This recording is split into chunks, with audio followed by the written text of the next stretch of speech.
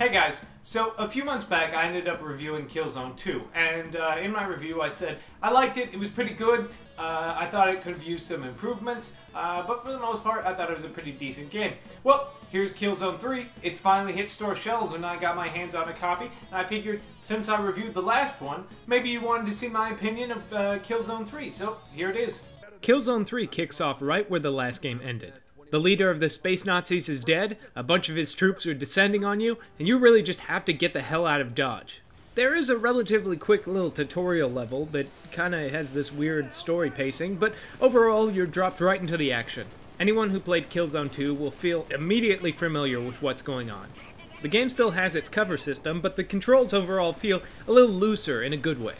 Everything from the gunplay to the running around to the weapons and various vehicles and all that stuff feels pretty much the same but slightly tweaked, which is what you'd expect from a good sequel. Just by looking at the game, you can tell that this is a very gorgeous game. It's probably one of the best looking games on the PlayStation 3 currently. But unlike the last game, they took all that great technology and didn't put it towards only brown.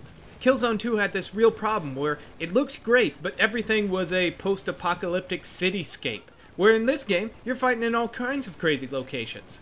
You fight on space stations, weird alien jungles, crazy snowdrifts, and it all looks beautiful. With the story, much like the gameplay, it seemed like they wanted to take what they had and do more with it. It's clear that they want to infuse more character and more drama into this war epic.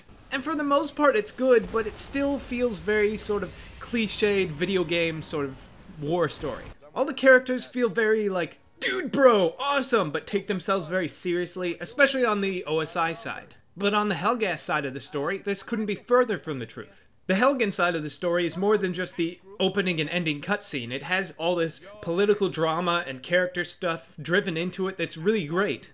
And a lot of that comes from the fact that they put Ray Winston and Michael McDowell in the two sort of lead Helgen roles.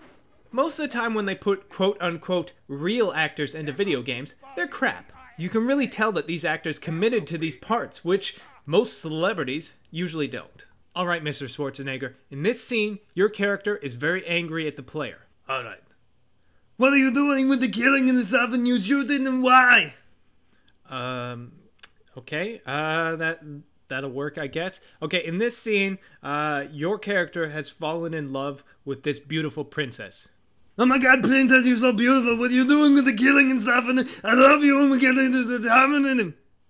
No, I mean, you're in love, like you're supposed to be happy and sort of whimsical. It's like, it's a fairy tale sort of scene. Oh, okay. Let me try that.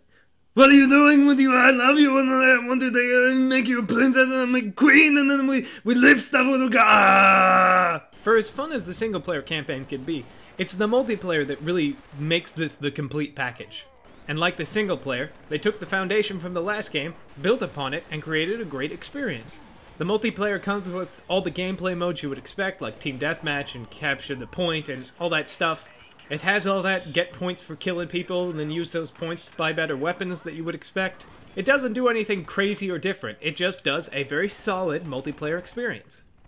Killzone 3 does what a good sequel should do. It takes everything that was good about the last game and improves upon it, which this game definitely does.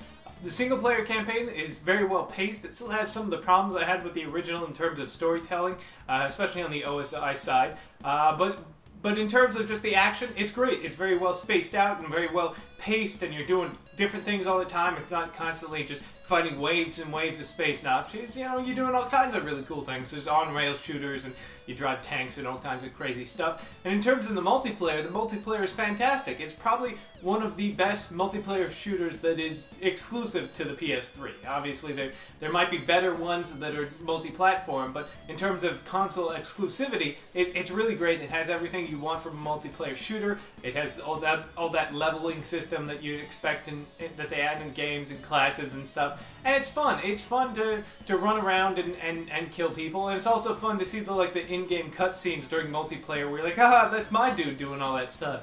But overall, it's a fun game that I would totally suggest if you have a PlayStation 3, you need to at least rent.